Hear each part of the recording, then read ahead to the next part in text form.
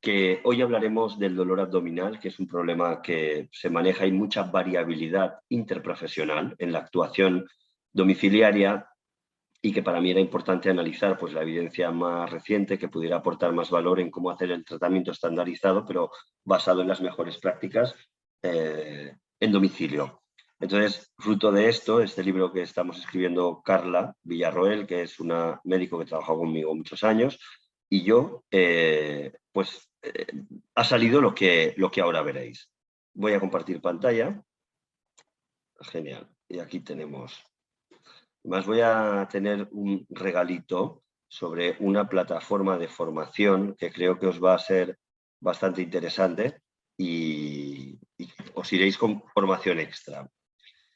Bien, a ver, comparto pantalla. Genial. Bien, decidme porfa si veis mi pantalla, porque si no la veis no estaré cumpliendo mi objetivo. Sí. Se ve el diagrama, perfecto. Pues pantalla completa. Genial. Bien, pues hacemos esto y después vamos a lo de la plataforma de formación que os quiero comentar. Dolor abdominal agudo.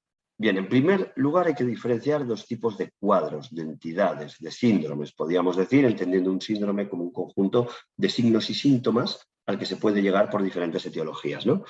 Uno sería el dolor abdominal agudo, que es diferente de un abdomen agudo. Creo que esto más o menos se entiende. Lo interesante es ver qué signos nos pueden diferenciar esto, ¿no? El dolor abdominal agudo incluye todas aquellas situaciones clínicas donde el síntoma principal es la sensación dolorosa abdominal, con una duración inferior a un mes. Puede ser secundario a múltiples causas, tanto relacionadas con patología abdominal como extraabdominal. Y ahora iremos a ver los orígenes de esto. El término abdomen agudo, a diferencia, se refiere a la rápida aparición, generalmente menos de 2-3 días, de síntomas graves de patología abdominal y puede indicar una afección potencialmente mortal que requiere intervención quirúrgica urgente. Como todos sabemos, la etiología más frecuente del abdomen agudo, pues la apendicitis, que puede derivar en peritonitis. Bien, ¿qué síntomas y signos vemos generalmente en el dolor abdominal? Pues en el dolor abdominal, que siempre tratamos de semaforizar los cuadros, en este caso en pastilla verde, vemos una evolución lenta, una historia de la misma sintomatología, de una misma sintomatología anterior, ¿no? Que ha tenido, es que me han dado pinchazos y tal, ya lo he tenido otras veces, abdomen blando y depresible, dolor a la palpación, pero no hay presencia de masas ni de organomegalias, que este es un ítem que tenemos predefinido en nuestra historia clínica, de hecho. Que es importante, aprovecho ya que paso por aquí, a recordar que cuando cumplimentamos nuestra historia clínica, lo mejor es no validar, no chequear signos fisiológicos si no los hemos valorado.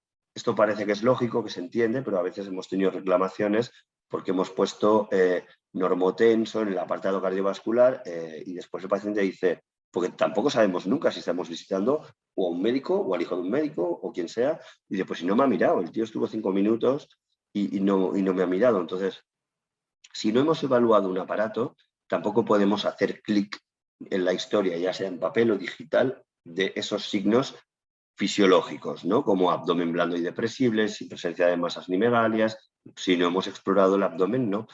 Y no siempre hay que explorarlo cuando no procede según a la casuística que nos llevó al caso. Por ejemplo, a veces que decimos otalgia, ¿no? El paciente dice que he tenido un dolor de oídos. Bueno, en ese caso tampoco procede una exploración abdominal, no siempre hay que explorarlo todo. Por tanto, si no lo hacemos y nosotros actuamos con seguridad, no tenemos que rellenar para dar una imagen de que hemos completado lo que no hemos hecho. Eso es importante. Bien, decíamos, tenemos estos signos de una evolución, un cuadro insidioso, lento o de una sintomatología conocida, se mantiene un abdomen blando y depresible, con cierto dolor a la palpación, pero no hay presencia de masas ni megalias, pues lo más probable es que estemos ante un dolor abdominal agudo. Y le falta una A, esto ya lo corregiremos. Si por el contrario hay una repercusión en el estado general, neurológico, agitación, dolor, malestar general, una tensión ni qué decir de una sistólica menor de 60, una frecuencia cardíaca mayor de 100, síntomas de irritación peritoneal, ausencia de expulsión de heces y gases, síntomas vegetativos, y no lo hemos puesto aquí, pero probablemente tendríamos que haber puesto fiebre, pues entonces que no siempre está presente la fiebre. Es decir, sabemos de apendicitis que la fiebre aparece al final, pero muchas veces sí lo estará presente desde el principio, entonces estaríamos situándonos en un abdomen agudo. A ver, déjame ocultar esto. Bien, entonces, ¿cuál será nuestro manejo domiciliario? Si consideramos que es un dolor abdominal agudo que se puede controlar por su médico de cabecera, podemos hacer un manejo con paracetamol en primera línea o, en su defecto, con metamizol magnésico vía oral en segunda línea. Generalmente decimos metamizol magnésico vía oral, que es una dosis de unos 500-575 miligramos, las cápsulas, porque el metamizol inyectable, las ampollas de nolotil, son de 2 gramos y estas están más diseñadas para su administración en dolor posquirúrgico, para tratamientos agudos. Sabéis que el metamizol tiene un alto riesgo de granulocitosis, sobre todo cuando se mantiene más de 5, 7, 10 días, pero la verdad que en dolor posquirúrgico ha dado muy buen resultado. Cuando se pone en forma endovenosa, esos 2 gramos, si se pueden poner intramusculares, que son 5 mililitros. Yo recomendaría siempre tumbar al paciente antes de administrarlo, porque yo recuerdo una vez que administrando un metamizol magnésico, el paciente, al ser 5 mililitros, era un tío alto como una torre, medía 1,90 más o menos, se cayó, o sea, tuvo un síndrome vasovagal súbito. Yo nunca había visto uno tan súbito, se desmayó completamente. Se golpeó con el codo en el radiador y se hizo una laceración importante que tuve que derivar en ambulancia. Entonces, bueno, hablando de todo un poco, de cosas también de la práctica, dado que el metamizol es de tanto volumen, 5 mililitros intramusculares pueden producir un síndrome vasovagal importante y rápido, por tanto yo recomiendo pincharlos tumbados. Si se hace administración endovenosa, definitivamente el metamizol tiene que ser diluido por lo menos en 100 mililitros y nunca pasado en menos de 20 minutos porque hipotensa mucho. Yo una vez vi administrarlo en bolo en una ambulancia por un tema deportivo, en un campeonato de karate, y el paciente, o sea, casi se muere. Él empezó a gritar, me muero, me muero, me muero. Bueno, y después vi que, bueno, yo me enteré de que, y yo estaba ahí como paciente, en esa ambulancia, porque hacía karate también, pero en aquel momento no había empezado a estudiar y tal, pero se me quedó que le había puesto un metamizol en bolo. Entonces, el metamizol aquí en España se utiliza bastante. Es un buen analgésico, que de hecho es un AINE. Yo no sabía, hace poco me enteré que era un AINE, pensaba que era un analgésico, pero es familia AINE, lo que pasa es que tiene una mayor acción antipirética y analgésica y prácticamente tiene muy poca actividad antiinflamatoria. Pero bueno, ahí queda como segunda línea. Empezamos con paracetamol y si no, metamizol magnésico. Paracetamol generalmente, cuando en literatura siempre se ponen dosis prudentes, pero prácticamente se está dando la dosis de dolor agudo es de 1 gramo hasta 4 veces al día, con un máximo de 4 gramos por día. Bien, en el caso de que sea un dolor abdominal agudo, pues controle 24 horas por su médico, explicar signos de alarma, y si lo vemos así para que se mantenga en domicilio, correcto, si vemos que hay condiciones sociales también de orientación correctas, y si no, pues tendríamos que proceder a la derivación, igual que en el caso del abdomen agudo, que tiene que ser soporte vital avanzado. Eso es muy importante. Cuando procedemos a la activación de la ambulancia, tenemos que decir específicamente soporte vital avanzado, porque pues ya lo sabemos, una apendicitis, una peritonitis puede evolucionar en un cuadro galopante en cuestión de minutos. Y si no decimos eso, si decimos una ambulancia y viene un soporte vital básico, pues puede tardar más tiempo, ellos no percibir la sensación de urgencia y puede tardar más tiempo y puede resultar fatal. A veces hay que valorar, no es tanto que llegue la medicalizada en sí, sino lo que más fácilmente genere una evacuación. Y entonces eso también es un trabajo del call center que recibe la llamada de ambulancias para decir, bueno, tengo una básica en 5 minutos, tengo una avanzada que puede llegar en 1 hora. Pues entonces, lógicamente, nos interesará más la básica. En cuanto a los criterios de gravedad, pues ser mayor de 65 años, tener una disminución del nivel de conciencia, por supuesto, una alteración hemodinámica, signos de hipoperfusión en piel y mucosas, ¿no? Esa cianosis labial o acra, frecuencia respiratoria mayor de 30 o menor de 10, dificultad respiratoria, ausencia o asimetría en los pulsos periféricos, distensión abdominal, hematomas o heridas, por supuesto, o, lógicamente una historia de traumatismos, ruidos de lucha o silencio abdominal, ¿no? Por el hilo paralítico, pues, que puede ser, ya sabemos, muy relacionado postquirúrgico, que tenga una duración de más de 6 horas, que no haya recibido beneficio a ningún tratamiento analgésico y una masa pulsátil, pues como ya sabemos, que para eso la exploración es absolutamente crucial por el tema del aneurisma de aorta. Bien, aquí tenemos unas tablas de causas más frecuentes del dolor abdominal agudo y del abdomen agudo. Son unas tablas que creemos son bastante útiles porque están clasificadas por años, entonces menos de 2 años, generalmente vemos pocos por esto, pero suele ser más cólico del lactante, gastroenteritis aguda. Si vemos más relacionado con el abdomen agudo, podría ser una invaginación intestinal, apendicitis aguda, un vólvulo intestinal, hernia incarcerada. De 2 a 5 años, pues el dolor abdominal agudo puede ser causado por una gastroenteritis, por una infección urinaria, no una infección de tránsito urinario, una neumonía, asma, infecciones virales, estreñimiento. Y el abdomen agudo pues, suele estar relacionado con apendicitis, una hernia encarcelada, divertículo de Meckel, obstrucción intestinal por cirugía previa o tumores, poco frecuentes pero siempre posibles. En más de 5 años, siempre la gastroenteritis, el estreñimiento, la infección urinaria suele ser la causa. Dolor abdominal funcional e infecciones virales. También en el abdomen agudo, pues siempre la apendicitis sería la primera causa, la enfermedad inflamatoria intestinal, que en Europa es muy frecuente, la enfermedad de Crohn y de una presencia más juvenil, y colitis ulcerosa en personas más mayores, colecistitis, pancreatitis, cetoacidosis diabética, torsión testicular, ovárica, cólico nefrítico, tumores. En adolescentes y adultos, pues decíamos gastroenteritis, estreñimiento, infección urinaria, neumonía, asma, infecciones virales, dismenorrea. La dismenorrea muy a valorar también en adolescentes. Y del abdomen agudo, pues siempre la apendicitis, torsión testicular, ovárica, enfermedad inflamatoria pélvica, cólico nefrítico, colecistitis, pancreatitis, hepatitis, enfermedad inflamatoria intestinal, por supuesto, más de, como decía antes, en forma más mayor, la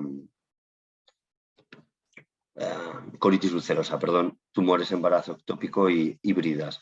Y ya en ancianos, siempre el dolor abdominal agudo, gastroenteritis, estreñimiento, infección urinaria, neumonía, infecciones virales.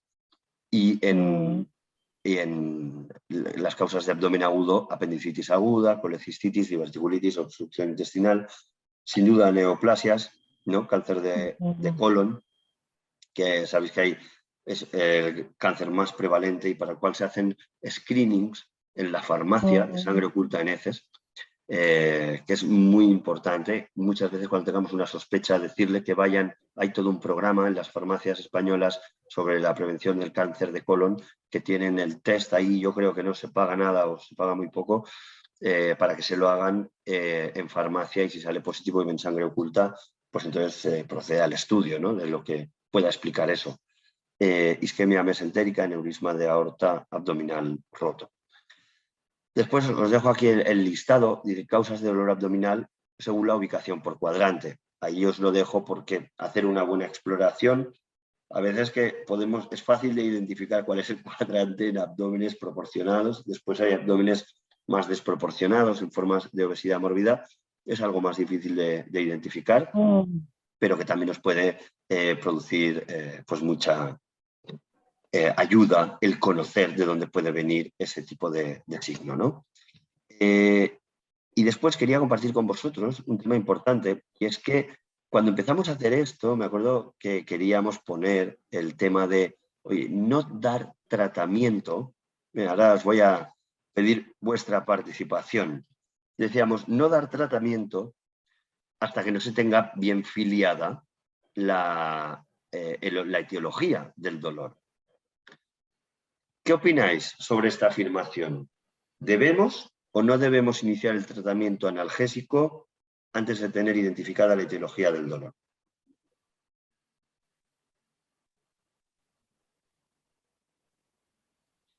Venga, no seáis tímidos. ¿Alguien que participe?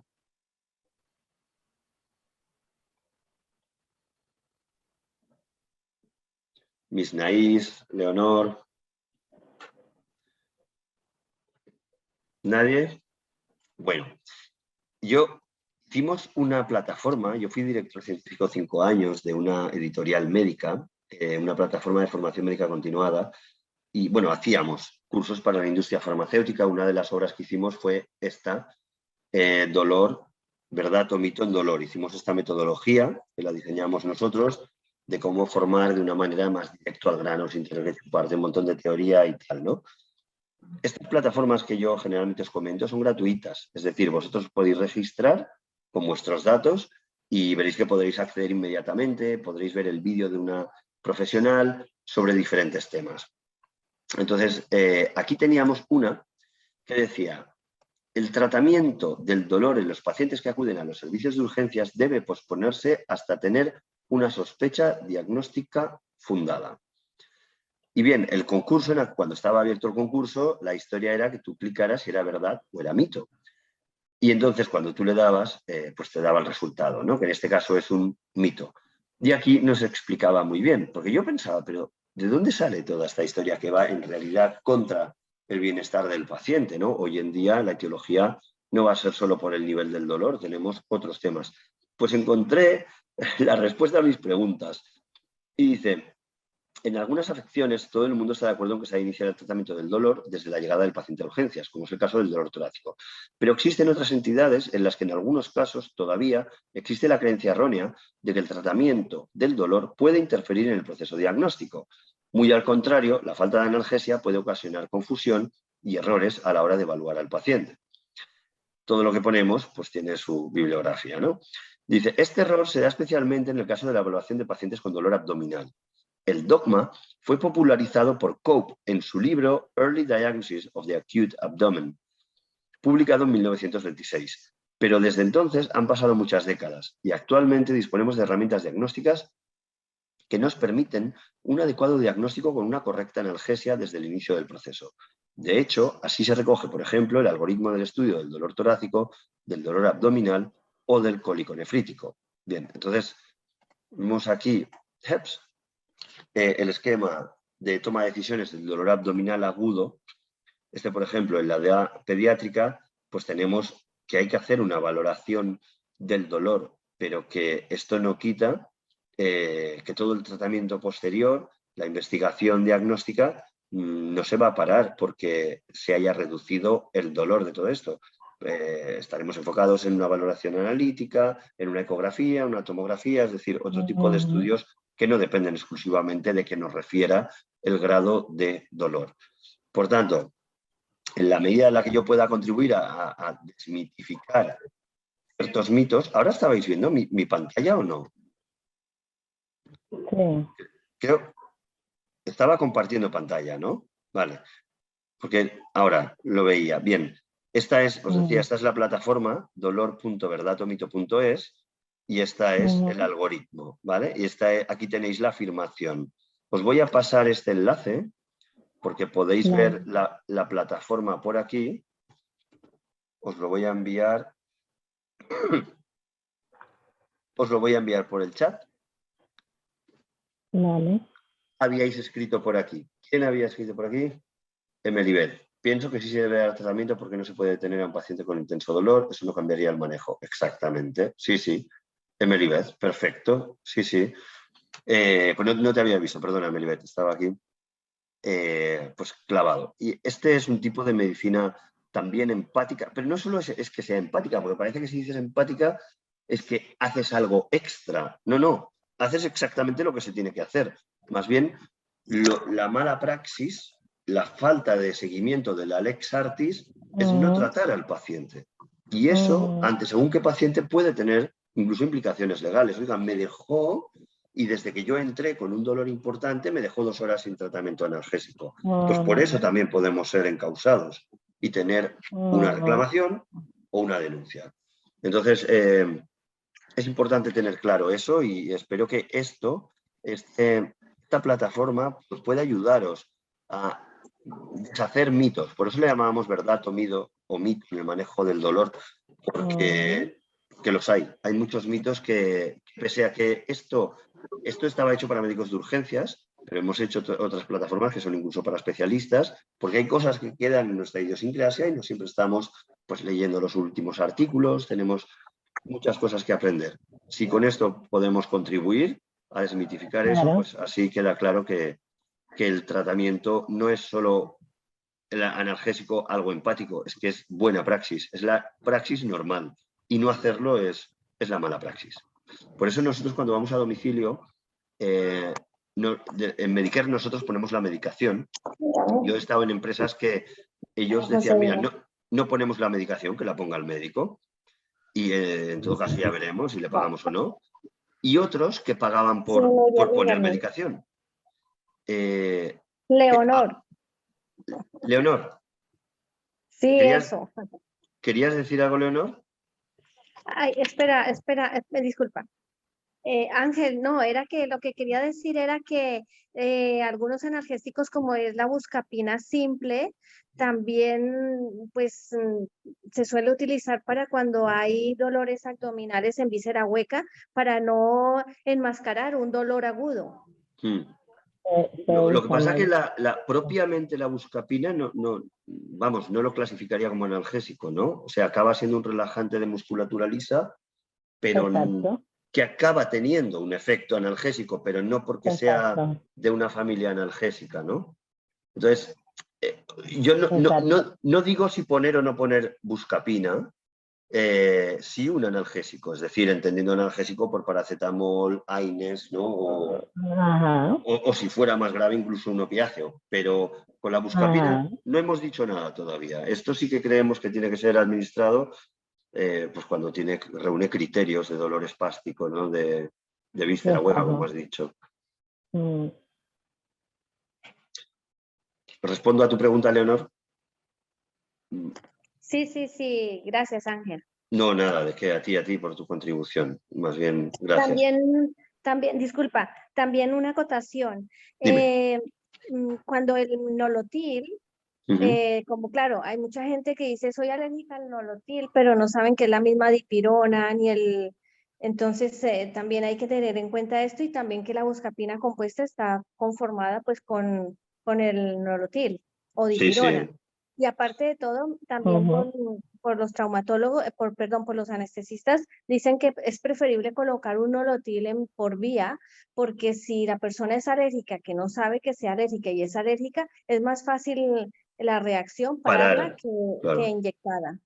Claro, si es intramuscular ya estás perdido.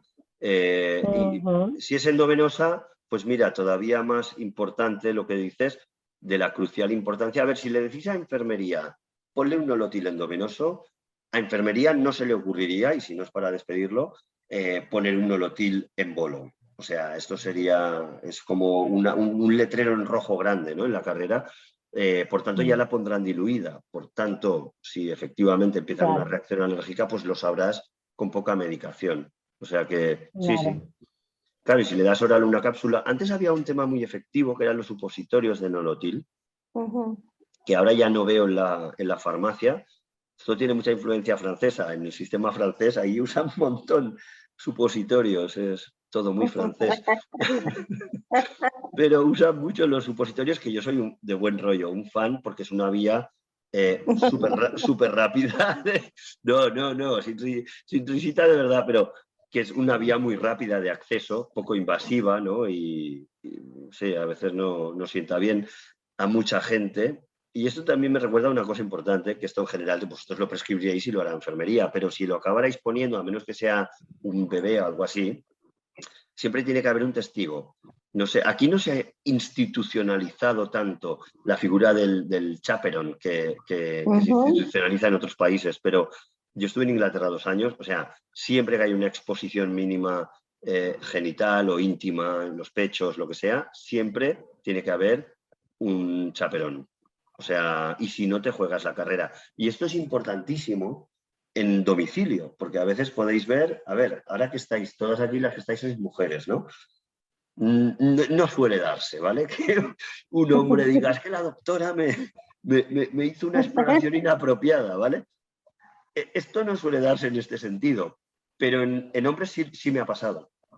Entonces, bueno, esta es otra historia que os podría contar, un pelín triste, pero sí que es importante que cuando haya que hacer una exploración genital es mejor pedirle a alguien que esté presente, y si no hay que decirle, mire, yo le voy a explorar, pero voy a hacer esto, porque este webinar lo pueden ver en diferido después otros compañeros, ¿no? Hombres, pero yo le voy a explorar, voy a tener que hacer una exploración, bueno, cuando es estrictísimamente necesario, porque ni las micosis vaginales hoy en día se exploran ya,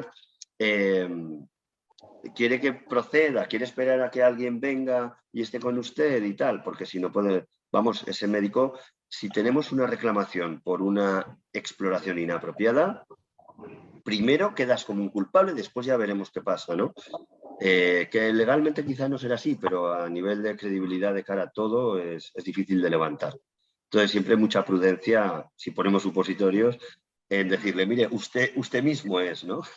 Yo le explico cómo, la puntita esta, lubricado con vaselina, con aceite, lo que sea, y usted mismo póngaselo que puede hacerlo. ¿Vale? Pues, oye, hasta aquí lo que quería explicaros hoy. Yo creo que ya no estoy compartiendo pantalla, genial. El próximo día vemos otro cuadro de gastro que también va a ser interesante, que será dentro de 15 días. Y como sabéis, tenéis todo el repositorio, tanto de los webinars como de los algoritmos subidos a nuestra web. ¿Vale? Bueno, gracias a todas. Muchas gracias. Hoy todas mujeres, descansad por la tarea, que está haciendo un calor insoportable, insufrible. Madre mía. Y bueno, también queríamos que llegara, ¿no? Época de piscina y de playa. Nos vemos dentro de 15 días para el próximo webinar. Gracias, Ángel, gracias. Nada, de qué a vosotras. Gracias, chao, chao. Gracias, hasta luego, adiós. Gracias.